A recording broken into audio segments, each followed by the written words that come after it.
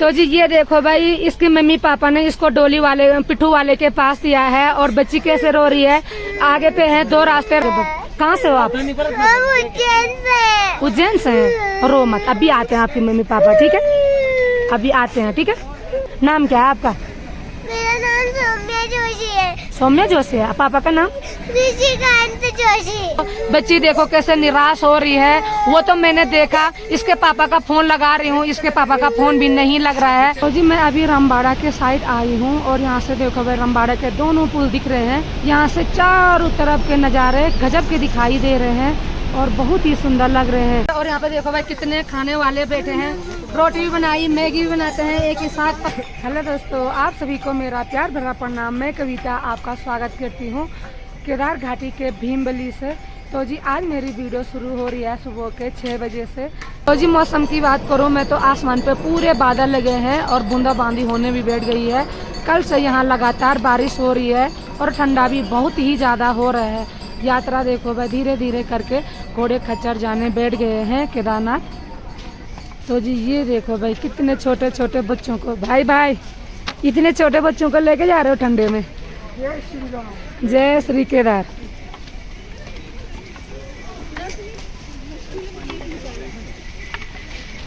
तो जी सुबह से घोड़े खच्चर चलने भी बैठ गए हैं और डोली वाले भी, पिट्ठू वाले भी, सारे जैसे ही सुबह 4 बजे का टाइम होती है तो यात्रा चलने बैठ जाती है। वैसे तो यहाँ यात्री रात भर चलते रहते हैं, पर ज़्यादातर पैदल यात्री सुबह 5 या 6 बजे ही आते हैं गौरीकुंड से ऊपर, जो पैदल आते होंगे।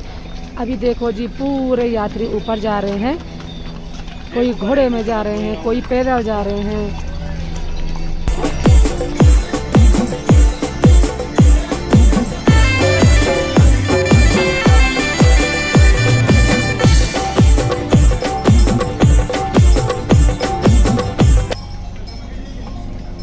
पराठे और यहाँ पे देखो भाई कितने खाने वाले बैठे हैं। रोटी भी बनाई, मैगी भी बनाते हैं एक ही साथ, पराठे बना। जब इतने यात्री एक ही साथ आते हैं ना तो अलग अलग ऑर्डर होता है भाई सबका।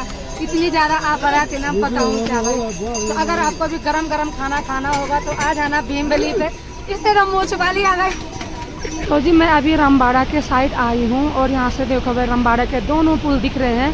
वो ऊपर वाला तो नया पुल बन रहा है और वो नीचे वाला पैदल पुल है। अभी सुबह का टाइम है, इतनी सुंदर नज़ारे हैं। यहाँ से चारों तरफ के नज़ारे गजब के दिखाई दे रहे हैं और बहुत ही सुंदर लग रहे हैं। बिल्कुल हरी पन्नी, पीली पन्नी दिखाई दे रही है क्योंकि ये पूरे ढाबे हैं और किसी के ना घोड़े बांधने के लिए भी बना रखे हैं।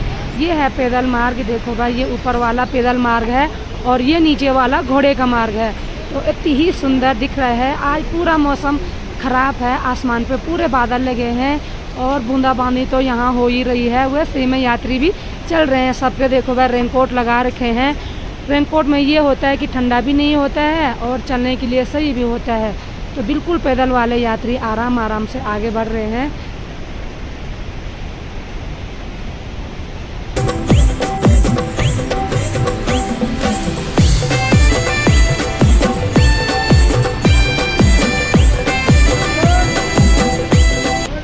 तो जी अगर ये पुल बन के तैयार हो जाएगा रामबाड़ा वाला तो तब इतनी आफत नहीं आनी है यात्रियों को। ना तो भीमबली पे इतना जाम लगना है क्योंकि घोड़े के लिए भी इस साइड आने के लिए हो जाएगा और इस वाले साइड घोड़ों को जाने के लिए हो जाएगा। तब तो इतना जाम नहीं लगना है। नहीं तो जैसे ही घोड़े खच्चर ज़्यादा चल रहे हैं तो भीमबली पे बहुत ही ज़्यादा जाम लग रहा है।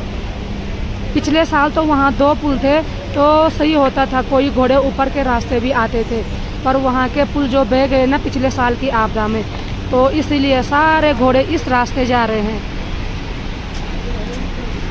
मैं यहाँ पे वीडियो बना रही, मुझे डर लग रहा है बहुत ही ज़्यादा। इतना डर लग रहा है ना कि पता नहीं मेरा फ़ोन छूटेगा तो मैं क्या करूँगी, और अपने आप ही मुझे डर लग रहा है। नीचे ये खाई दे के ना बहुत ही ज़्यादा डर लग रही भाई सच्ची में।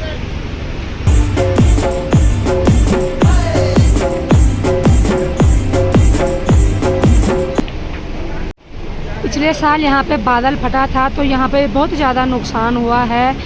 तो यहाँ पे इस साल फिर यहाँ नया वाला पस्ता लगा दिया गया है और यहाँ पे लोगों ने नींबू पानी खोल रखा है, टेंट लगा रखे हैं। ये टेंट तो यात्रियों के भी हो सकते हैं, यात्रियों को जहाँ पे थोड़ा सही लगता है वो वहीं पे टेंट लगा लेते हैं। तो ये टेंट मतलब यात्रियों का होगा। अब वो जाने की तैयारी करने बैठ गए हैं। बिल्कुल छोटे छोटे 2 टेंट लगा रखे हैं यहाँ पे।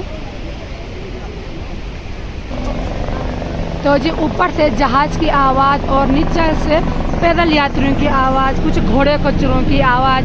यहाँ तो दिन भर ऐसे ही शोर सपाटा होता रहता है। बिल्कुल खुशनुमा माहौल है।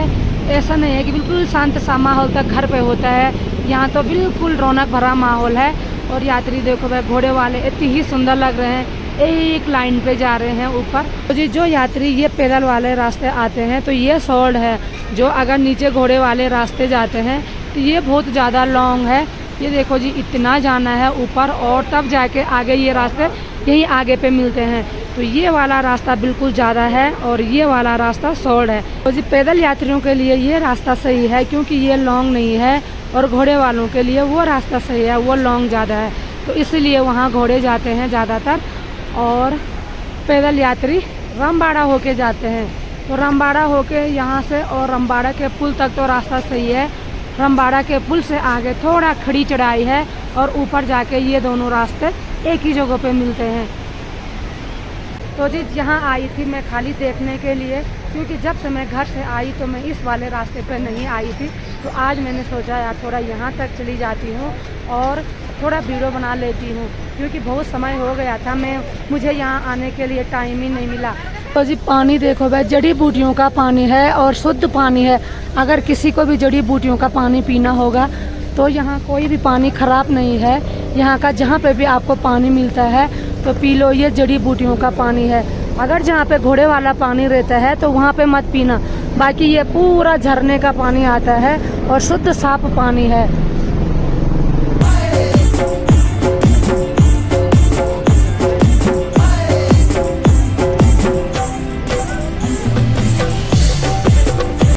तो जी जैसे ही घोड़े ज़्यादा चलने बैठ जाते हैं वैसे ही इस पुल पे जाम लगना शुरू हो जाता है।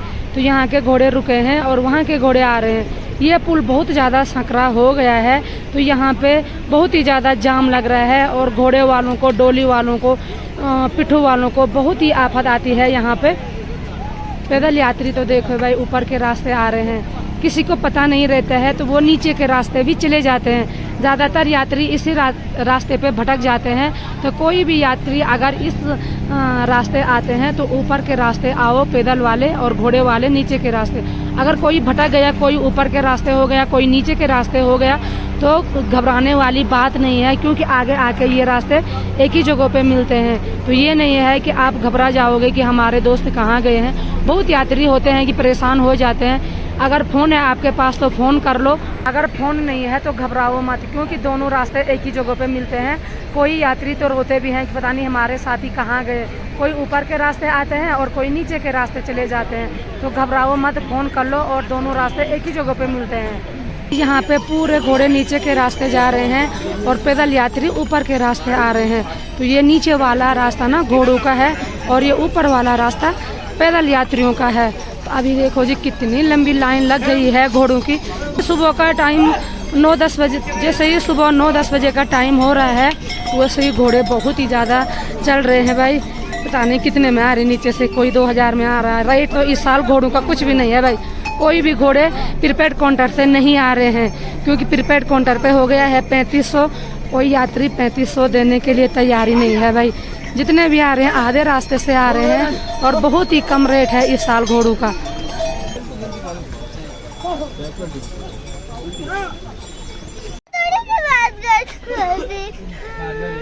तो जी ये देखो भाई, इसके मम्मी पापा ने इसको डोली वाले, पिट्ठू वाले के पास दिया है और बच्ची कैसे रो रही है। आगे पे है 2 रास्ते, रामबाड़े के रास्ते पिट्ठू वाला आया और घोड़े के रास्ते इसके मम्मी पापा आ रहे होंगे और बच्ची कितना रो रही है। भाई ऐसी गलती ना करे कि पिट्ठू वाले के पास बेटी दे दी और मम्मी पापा पीछे रह गए हैं। या तो पिट्ठू वाले के साथ आते और या तो इसको नहीं छोड़ते। बेटा रो मत, ठीक है, अभी आते हैं आपके। कहाँ से हो आप? उज्जैन से हैं। रो मत, अभी आते हैं आपके मम्मी पापा, ठीक है, अभी आते हैं, ठीक है। कुछ दो तेरे को खाने के लिए, हैं? कुछ खा ले कुछ खा लो, मैं बच्चा खा ले, कुछ खा ले। अभी आते हैं आपके मम्मी पापा, ठीक है। मैं फोन लगाती हूँ आपकी मम्मी पापा को, ठीक है। नाम क्या है आपका? मेरा नाम सौम्या जोशी है। सौम्या जोशी है। पापा का नाम ऋषिकांत जोशी। ऋषिकांत जोशी। कोई बात नहीं, रो मत रो मत। तो ये गलती ना करे भाई। ये देखो बच्चे कैसे रो रही है। या तो बच्चे के साथ आओ या तो बच्चों को हाथ पकड़ के लाओ, पिट्ठू वालों के पास मत दो। बच्चे देखो कैसे निराश हो रही है। अभी तो यहाँ पे मैं थी तो मैंने इसको पिट्ठू के पास देखा, वो नेपाली भाई इसको लेके जा रहा था, ये रो रही थी। तो ऐसी गलती ना करे भाई। देखो जो भी केदारनाथ आ रहे हैं बच्चों के साथ आओ, बच्चों को पिट्ठू वाले के पास मत दो, या पिट्ठू वाले के पास देते हैं तो अपने आप ही बच्चों के साथ आओ। बच्चों को इतने आगे आने मत दो। बच्ची देखो कैसे निराश हो रही है। वो तो मैंने देखा, इसके पापा का फोन लगा रही हूँ, इसके पापा का फोन भी नहीं लग रहा है। फोन वहाँ इसके पापा पीछे आ रहे हैं ना, वहाँ नेटवर्क प्रॉब्लम है। तो इसको देखो खाने को भी दे रहे हैं, ये कुछ खा भी नहीं रही है और मान भी नहीं रही है। 6 साल की गुड़िया है और 6 साल की गुड़िया रोएगी नहीं, निराश तो होगी। इसको 1 घंटा हो गया है यहाँ पे और अभी इसके मम्मी पापा नहीं आए हैं। ऐसी गलती ना करे भाई। जितने भी यात्री केदारनाथ आ रहे हैं ऐसी गलती ना करे, बच्चों को अकेला ना छोड़े भाई। रो मत, रो मत। तो जी अभी ये बच्चे हमने पुलिस वालों के पास दे दी है, तो क्या पता ये वहाँ पे अनाउंसमेंट करवाएंगे और इसकी मम्मी पापा तक इनकी आवाज जाएगी, क्योंकि बच्ची बहुत ज्यादा रो रही है। ऐसी गलती ना करे भाई। मैं सबको बोल रही हूँ, जितने भी यात्री आ रहे हैं अपने बच्चों को अपने साथ रखे भाई। ऐसे मत छोड़ो कि जो बच्चे इतने परेशान हो रहे हैं। ठीक है, बाय बाय बाय।